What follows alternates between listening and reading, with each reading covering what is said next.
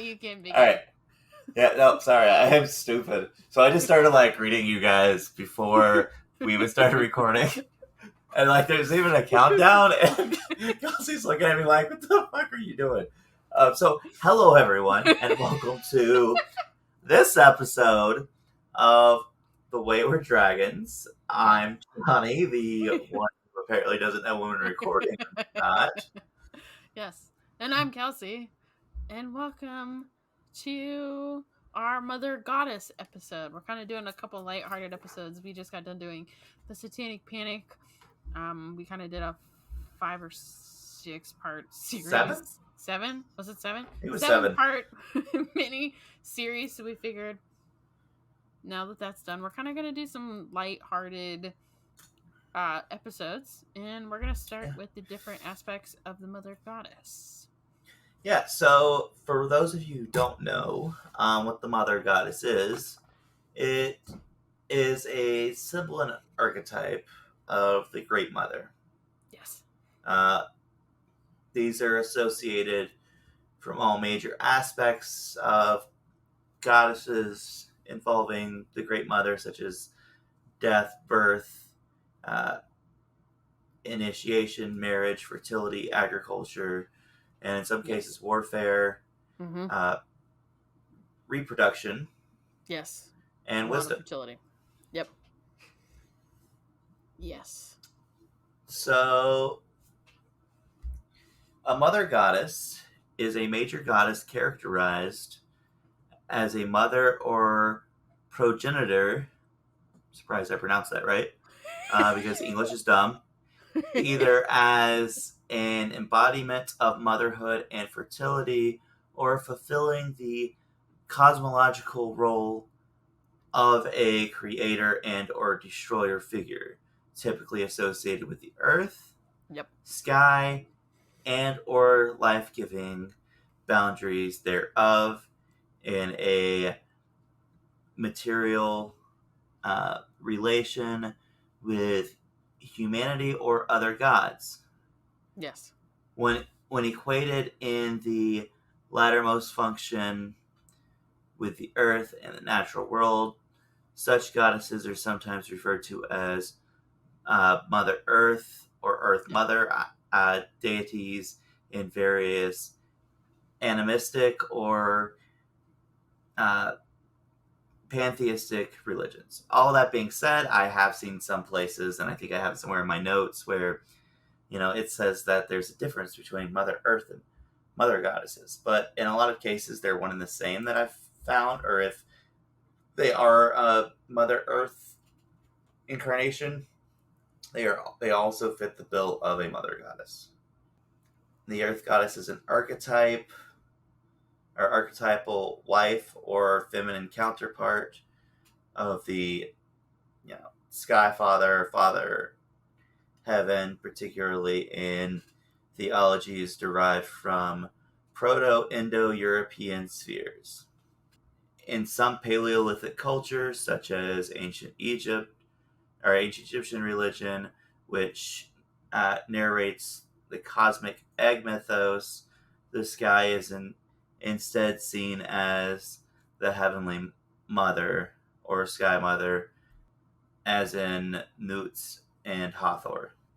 Yes. And the earth god is regarded as the male partner and terrestrial parent, as with Osiris or Geb, who hatched out of the maternal cosmic egg, mother goddess.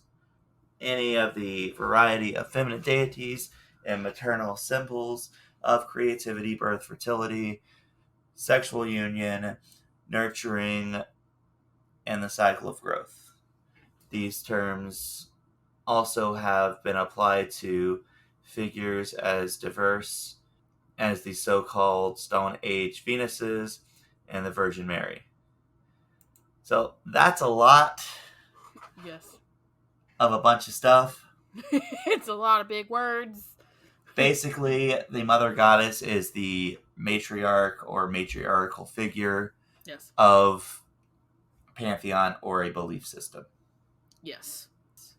because motherhood is universal with humans. This is shown up in culture.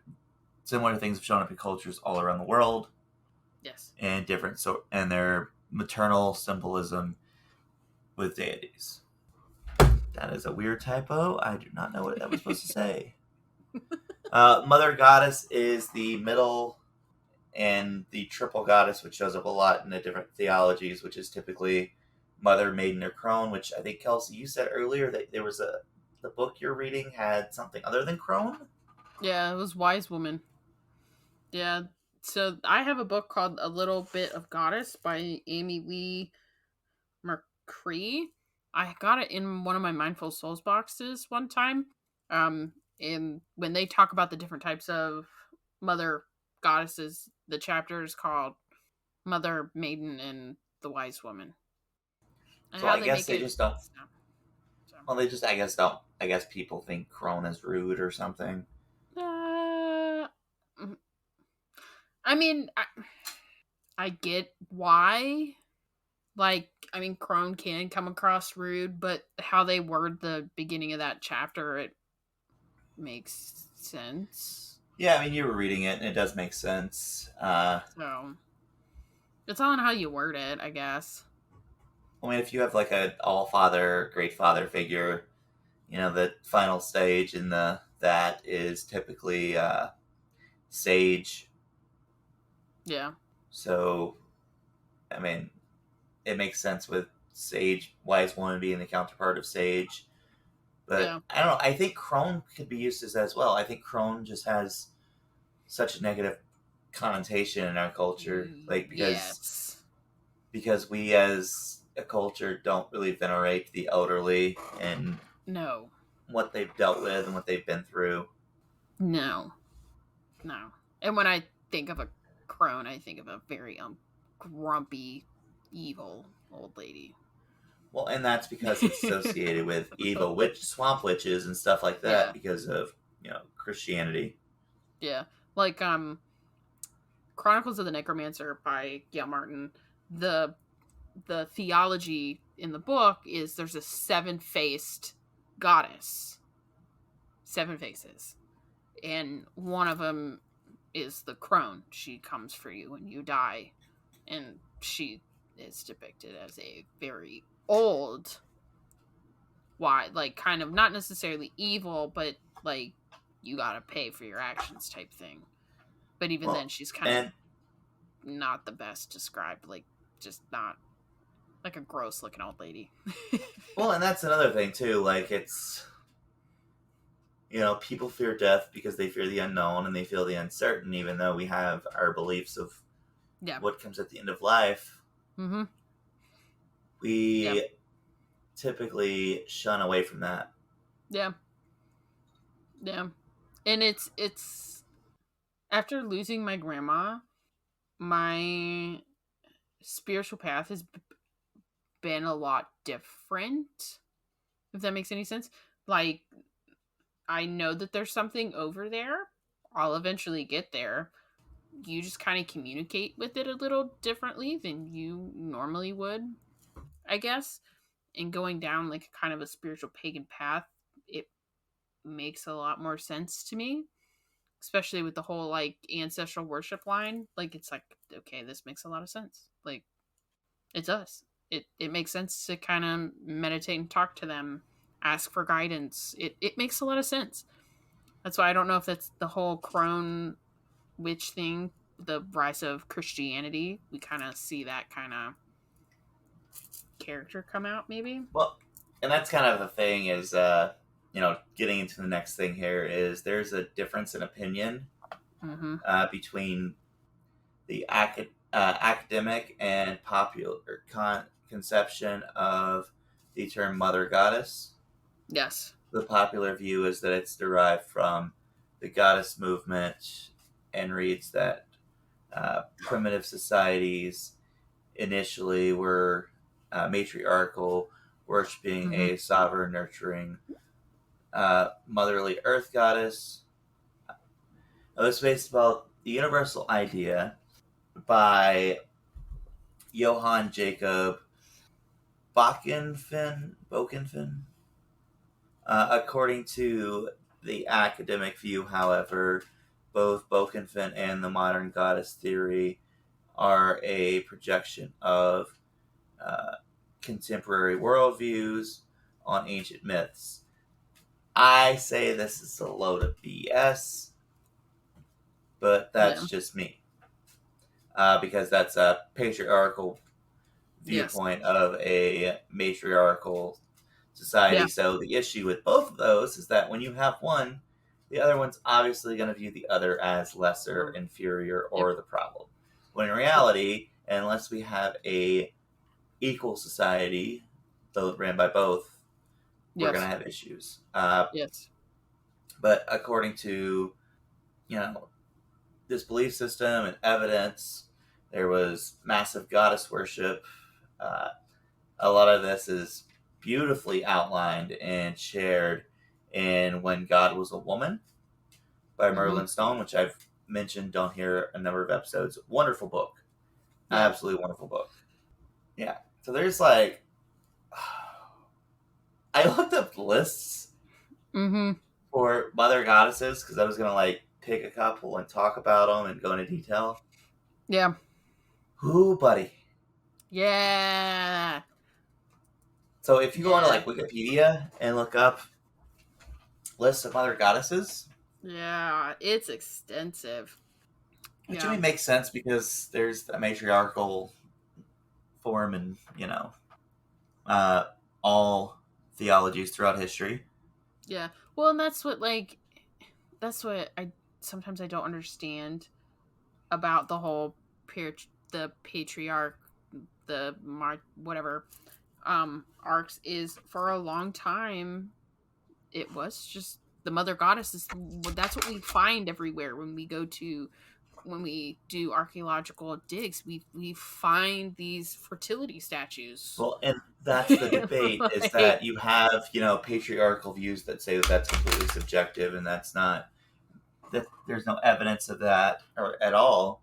But if you look at what we have surviving from mythology and mythos from different theologies, the majority of them have a high like matriarchal representation. Yep. And then what we have left over from a lot of their cultures, there's in a good number of them there is heavy matriarchal representation. Yep. I mean, look at the Vikings. That's probably the most recent, one of the more recent ones that we could look at with the Norse.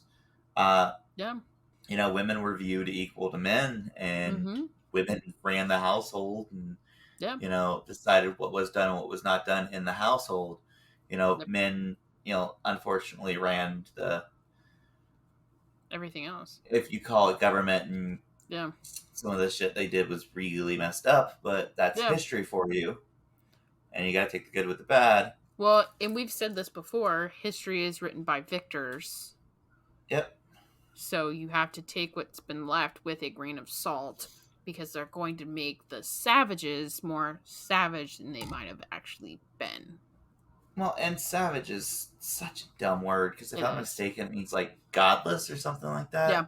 But in reality, it's just that they didn't have the Christian God, or that they didn't have the or was it Roman? I think it was Roman. They didn't have the Roman mindset of what things were. So savage is such a bullshit word anyways. Yes. But I mean, they also made it, they were more hygienic, which I think is very enlightening.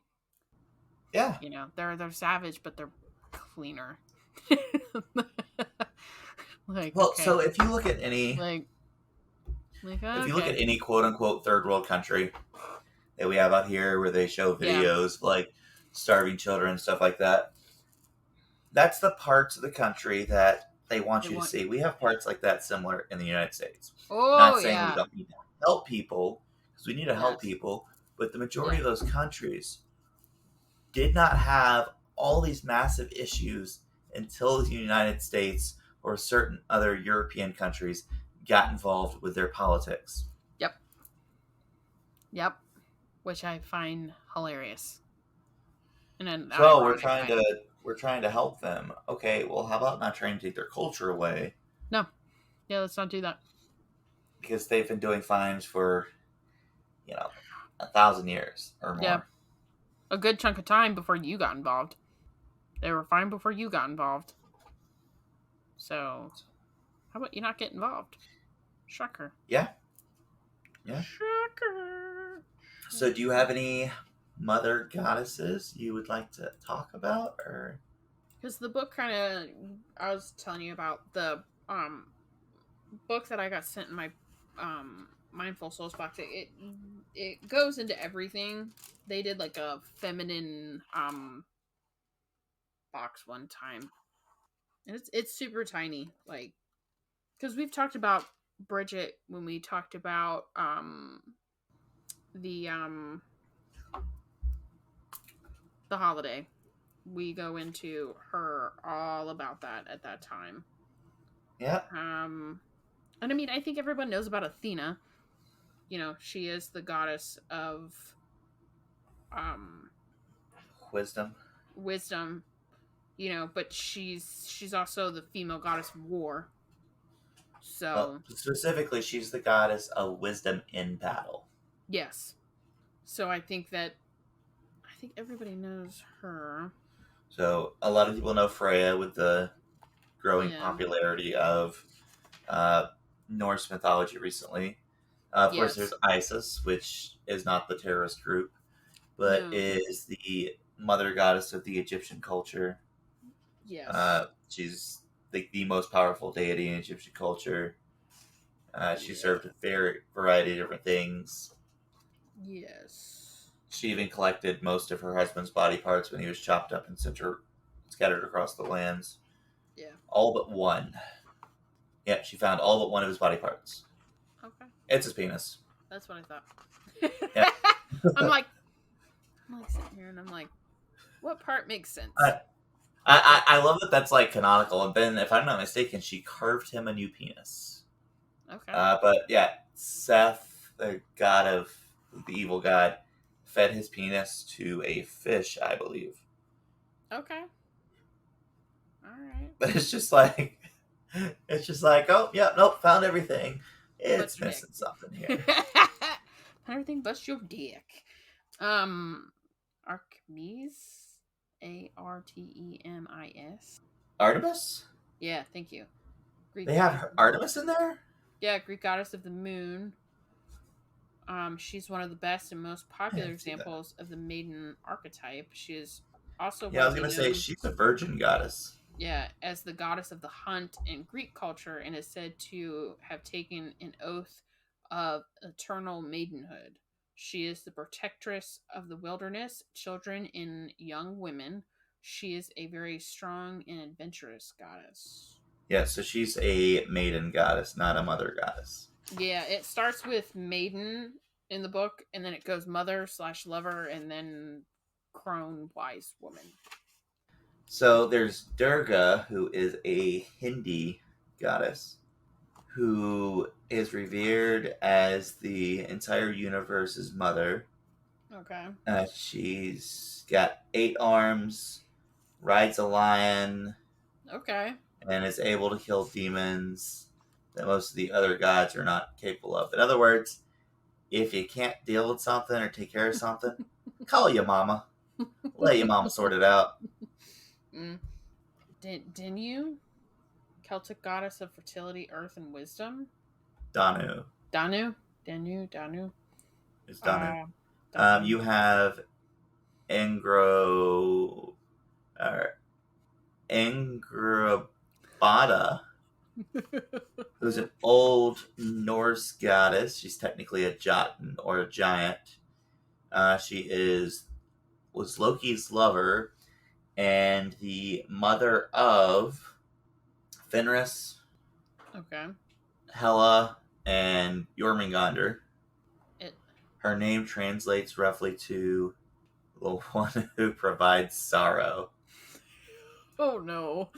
Which makes sense considering all 3 of her children, according to Norse mythology, are going to be involved with Ragnarok. Oh yeah. Yeah. Okay. Do we All right, already who else you got? a choop and a choop? Gesundheit. Ixchup. It's a Mayan goddess. She's married to the Mayan sun god. As soon as you said there an X in it, I knew it had to be Mayan. Yeah. She's a little known Mayan goddess. She's married to the sun god. She maintains the status of maidenhood for her ties to the young phase of the moon.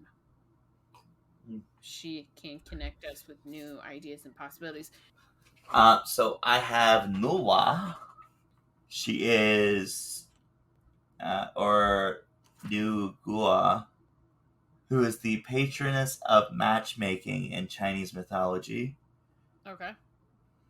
which means that she is the one that upholds marriage and determines marriage, which in Chinese folklore, typically the mother has a say so in who gets married or who, Yeah, gets wed. this is true. So she is honored as a mother goddess. Okay. Flora. She's a Roman goddess of flowers in nature. Her Not connection familiar. her connection to fertility and her ability to grow organic matter tie into the creation aspect of a mother deity. Flora can also embody the archetype of the lover with her ability to share her abundant beauty as she chooses. Okay. So here's one for you. Okay. Kodlichu. What? She is the Aztec world goddess, the creator and destroyer of the universe, Okay. and the mother goddess of mortals, and the mother of the moon and stars. Okay. Which I guess that's who my mom thought she was because she constantly told me when I was growing up that I brought you into this world, I can take you out of it. Yeah, my mom said the exact same shit. Yep. Yep. Yeah. Yep. Yeah. So I have an Aztec goddess in this. However, it is way too long for me to fucking figure out how to pronounce that. But she's the goddess of water. And as you Okay. know, they saw water as sacred. But this goddess is also portrayed as being connected to childbirth because water makes up blood. So this concept, it also comes from the concept of the antibiotic sac breaking in the water of life, bringing forth a new soul. Antibiotic sac breaking? Whatever. The Huh? the sac, the baby. Embryonic? Yep. Thank you. I was like, antibiotic sac breaking. Antibiotic. I didn't say antibiotic. You, you said antibiotic. No, I said antibiotic. I said antibiotic. No, antibiotic. I did not say antibiotic. Okay, here's a Sumerian one. So, Ninsun translates to Lady Wild Cow. Cow? Lady Wild Cow Okay. is a deity known by several names, including the Flawless Cow, the Mad Cow of the Enclosure, and the mother of healthy offspring who protects her offspring. Okay. Yeah. I Okay. don't even know what to do with that. Yeah, I don't know either. The picture they have looks like a man with a beard. And I don't know if I'm more confused by that or the fact that they refer to her multiple times as a cow, which makes sense because mother cows are extremely nurturing. Yes. Yes. Yeah, cows are interesting creatures. So I have this just says the Queen of Cuba. The Queen of Cuba is a maternal. Yep.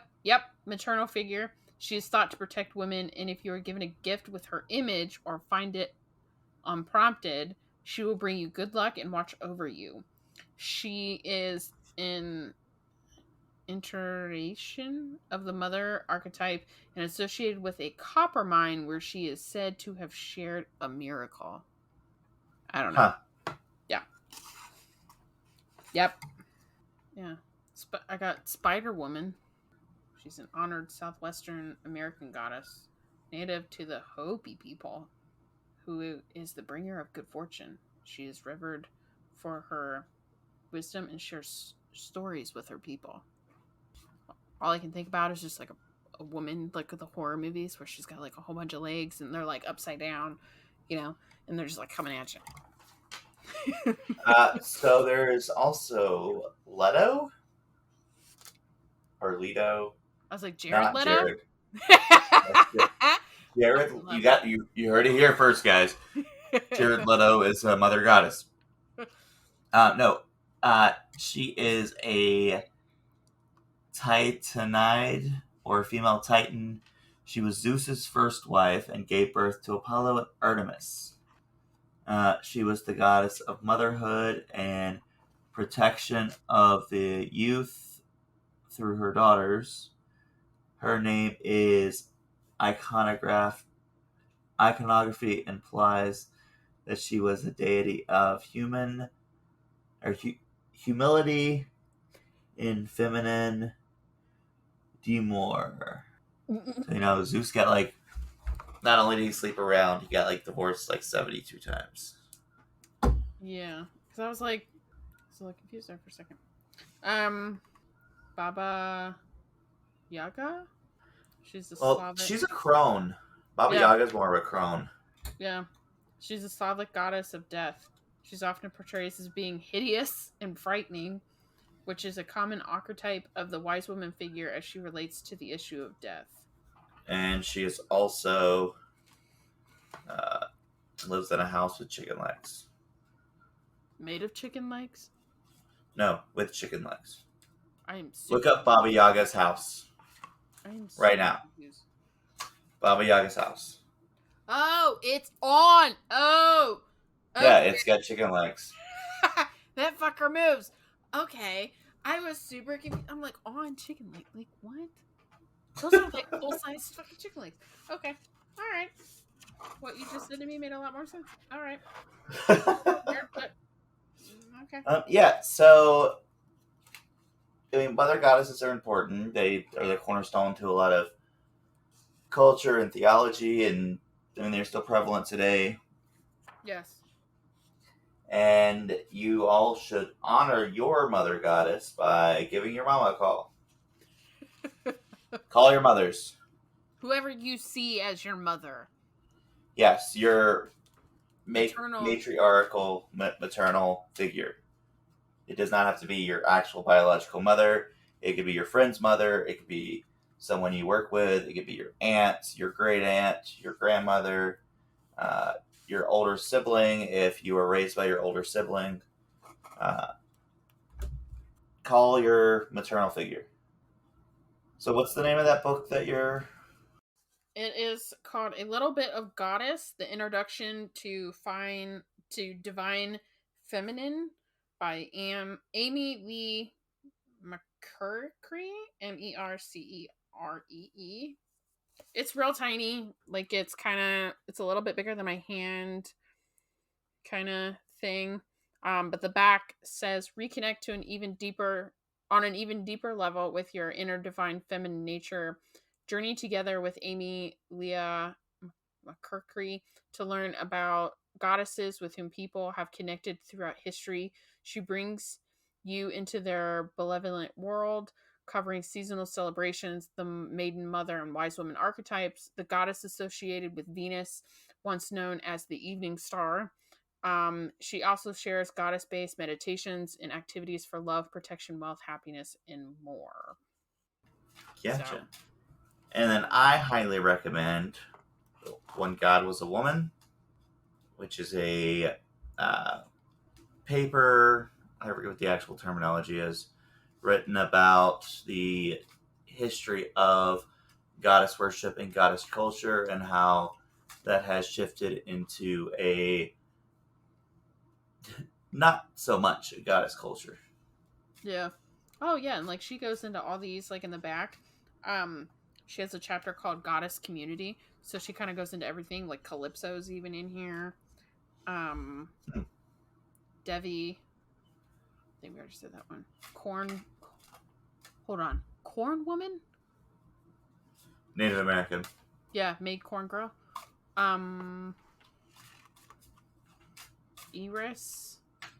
Eris. Isis. Iris? No, Eris. Eris. Oh, Eris, the goddess of chaos, I believe. Yes.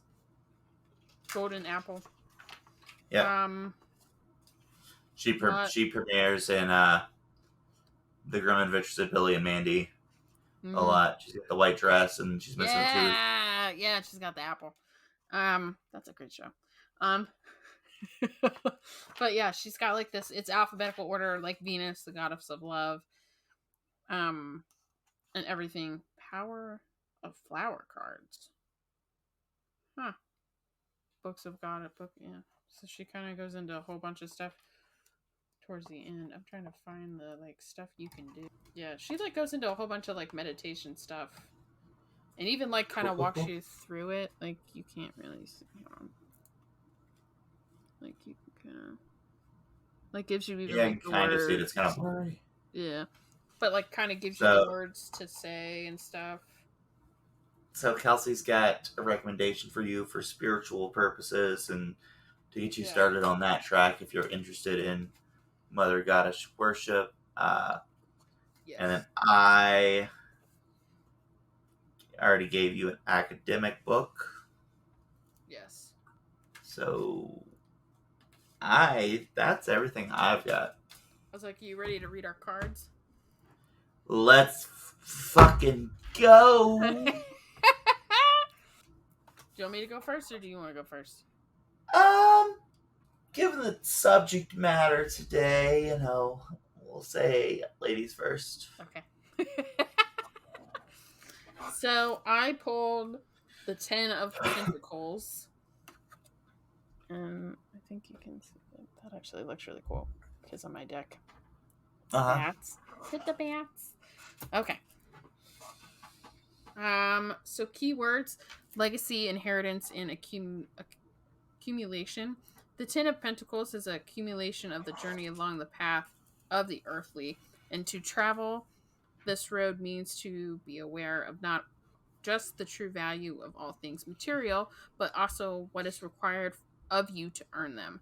This card represents attainment, whether in wealth, status, or health. At the end of this road, you must consider why you've taken this path, the sacrifices that you've made to be here, and there is a sense that it was done for the sake of loved ones to build a future that is nourishing for your family. There is an aspect of family here, of duty, for the tree is not just a strong, steady manifestation of Earth's power, but growing from years of labor, but its branches are also a symbol for a family. You are perhaps not just doing this for your own benefit, but to start a legacy. The earthly is mortal, and here at the 10 of Pentacles, you are the most aware of that. But a legacy, a name, and inheritance continues to provide after you personally pass. And so the app I use kind of did an update. And they've kind of like added some stuff. So it says this card's lesson: I act to heal the trauma of my forebears and set a better precedent for the future. So that's really interesting given what today's subject matter was. Yes. And I'll talk about this more once you're done. But there's a lot of things that I want to make sure with my own kids that they don't feel the emotions that I'm currently feeling with everything that I have going on personally, and stuff like that. Like, there's a lot of stuff that's like stopping with me. Like, in me quitting my first job is kind of the start of that. But yeah, it goes into like the card properties now. So like Pentacles, resources, finances, health, manifestation, and material matters. 10s, completion, finality, and renewal. So that's kind of cool. That's actually interesting that they did that update. I like that. Your turn. So, interestingly enough, I pulled the Queen of Wands. Queen of Wands. Okay. Represents courage, confidence, independence, social butterfly, and determination. The Queen of Wands sits upon a throne decorated with lions facing opposite directions. Oh, this is just a description of the card. Basically, the Queen. There's a lot of cat imagery here. Okay. Like a lot of cat imagery. The Queen of Wands reminds you that you are upbeat, courageous, and determined. You are here to see through your creative vision and life purpose, even in the face of adversity and challenges. Highly actualized and self-aware. You know how to best channel your strengths and weaknesses to achieve your goals. You are optimistic and full of ideas to share with others. You know what you want and how to get it. And are masterful at engaging with others to achieve your goals.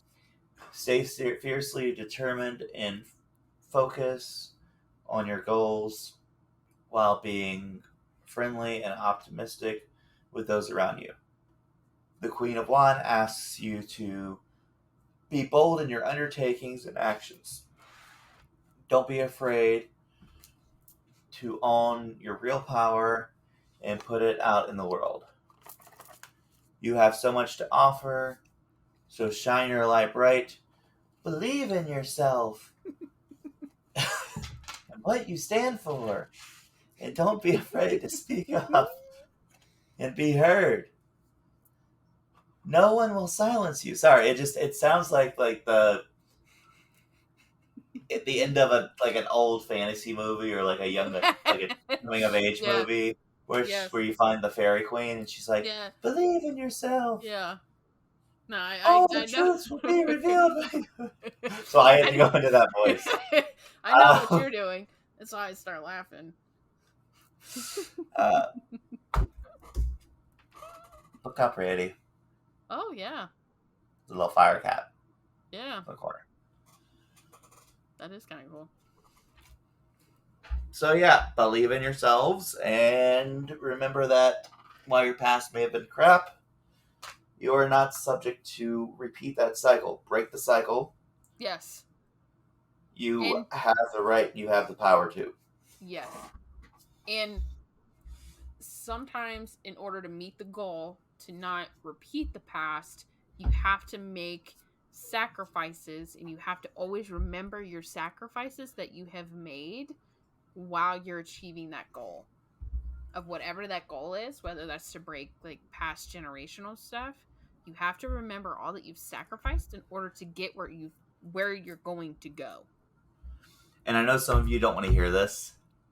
Sometimes that sacrifice means your loved ones. Yes.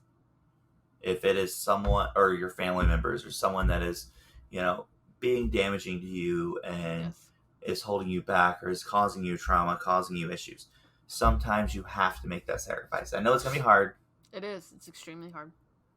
I know that, just you think you should love someone just because of the position they hold in your life or how long they've been in your life, but sometimes you have to cut that cord, cut that string, and set your boundaries and say, hey, this is what I want. This is what I'm going for. Yeah. I'm not going to let you or this situation hold me back anymore. Yes. Yes. And I think a lot of people kind of forget that sometimes. And I also think it's also ingrained in our parents of you just need to deal with it because they're family. And then you have a lot of people, our generation, who are like, yeah, fuck that. Like, we're not doing this. anymore.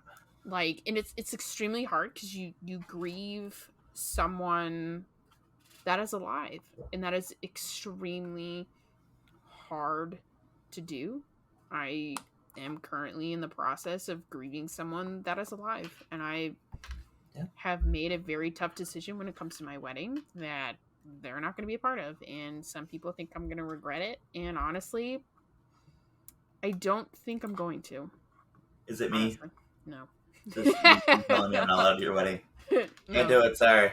No, you're a very crucial part. Can't be there.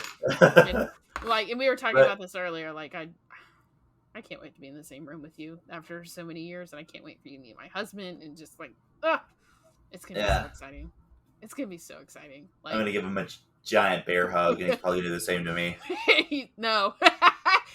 maybe, actually, maybe, because his family's huggers, and I'm like, solid no. Like, solid no. Like, so that's been fun, but I'll tell you about this after, but I've made a decision when it comes to some people in my family that I'm done, and it sucks, and I have to constantly remind myself that I'm making the right decision, because that's how, you always have to remind yourself that you're making that it's a hard decision. You have to remind yourself why you're making that hard decision in the first place, because you're going to want to backtrack and not. And I know that I will be happier in the long run when I do that. Yeah. And that's what sucks, is their family, and you don't want to kind of do that. But at the same time, family is who you make it. It's not always who gave birth to you and who's blood related to you. Old saying where I'm from, I got kin that ain't, I've got kin that ain't family and family that ain't kin. Yes. Yep. Meaning just because they're related to you doesn't mean they're family, and just because they're not related to you doesn't mean they're not family. Yes. Yes. Very true. Very true statement. Very true. And that's also a hard part that I'm having to come to terms with, is I'm having to make my own family.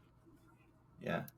Well, before we get too emotional on this, let's go ahead and end the episode, and then you and I can chat about it after. Correct. So, as always, you can find us on Facebook and Instagram and YouTube. The hands that you see in the YouTube videos are mine.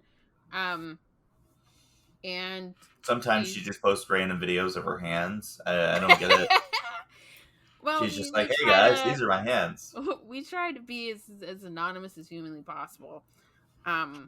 Anyway, just because of our lives. But please rate, review, and subscribe. Please tell a friend, tell your enemy, tell everybody. Tell your dog. Tell your dog. Tell your cat. Tell whatever animal pet you have.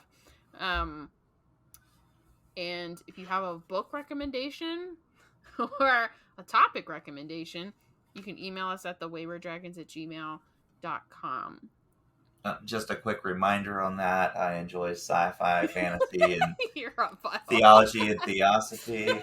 And Kelsey loves mystery, horror, and especially smut. So the worse that it's written, I hate you some days. The worse that it's written, the better it is. That's a joke from her favorite side episode that we just got done doing. Her favorite line is, and her boobs jiggle very boogly.